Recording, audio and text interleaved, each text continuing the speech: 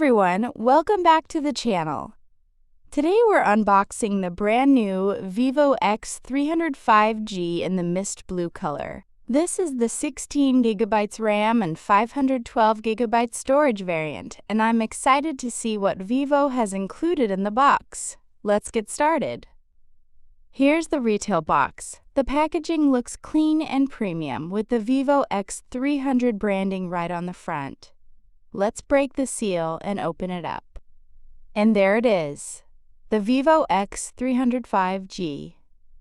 It's wrapped in a protective sleeve, so let's take it out and set it aside for just a moment while we check out the rest of the box. What's in the box? Inside the package, here's everything you get. The Vivo X300 5G smartphone. A clear protective case. USB Type-C charging cable. Fast charging power adapter. SIM ejector tool. Quick start guide and warranty documentation. Everything is neatly organized, and it's nice to see Vivo including the essentials right in the box. Phone design. Wow, this mist blue finish looks absolutely stunning.